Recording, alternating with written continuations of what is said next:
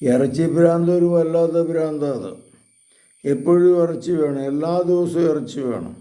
രാവിലെ ഉച്ചയ്ക്കും വൈകുന്നേരം ഇറച്ചിയില്ലെങ്കിൽ പിന്നെ ഭക്ഷണം കഴിക്കാൻ നിവൃത്തിയില്ല. ആ ഒരു ഇതിന് വേണ്ടിയിട്ട് ആസക്തി ഉണ്ടാക്കി ബഹളം ഉണ്ടാക്കുന്ന വ്യക്തികൾ. പിന്നെ ഇങ്ങനെയുള്ളവരുടെ കയ്യിൽ പൈസ ഉണ്ടാകുകയില്ല, കടവും കടത്തിൻ്റെ കൂടുമായിരിക്കും. ഇറച്ചിക്കൊക്കെ ഇപ്പോൾ ഭയങ്കര വിലയല്ലേ.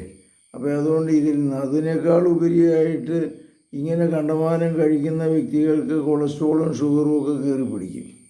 പിന്നെ ശാരീരിക രോഗങ്ങളും കയറി പിടിക്കും, BP പിന്നെ കയറി പിടിക്കും. അതുപോലെ തന്നെ വിവിധങ്ങളായ മാനസിക രോഗങ്ങളും അസ്വസ്ഥതകളും ഒക്കെ ഉണ്ടാകാം. വല്ലപ്പോഴുമൊക്കെ ഇറച്ചി കഴിക്കുന്നത് നല്ലതാണ്, സ്ഥിരം അതിൻ്റെ പുറകെ പോകാതിരിക്കുന്നതാണ് നല്ലത്. മനുഷ്യൻ സ്വാഭാവികമായിട്ടൊരു സസ്യബുക്കാണ്, മാംസബുക്കല്ല. അവൻ്റെ കൈയും കാലും ഒക്കെ സിംഹത്തിൻ്റെ മാതിരി അല്ലല്ലോ. അപ്പോൾ അതുകൊണ്ട് ഇങ്ങനെയുള്ള തരത്തിൽ നിന്ന് മോചനം കിട്ടണം. വല്ലപ്പോഴുമൊക്കെ ഇത് നല്ലതാണ്.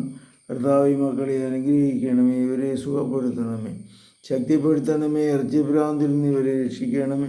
നമ്മുടെ കർത്താവ് യേശുമിശിഹായുടെ കൃപയും പിതാവായ ദൈവത്തിൻ്റെ സ്നേഹവും പരിശുദ്ധാത്മാവിൻ്റെ സംസർഗവും നിങ്ങളോടുകൂടി ഉണ്ടായിരിക്കട്ടെ, ഇപ്പോഴും എപ്പോഴും എന്നേക്കും. ആമേൻ. യേശുമിശിഹായ്ക്കും സ്തുതിയായിരിക്കട്ടെ.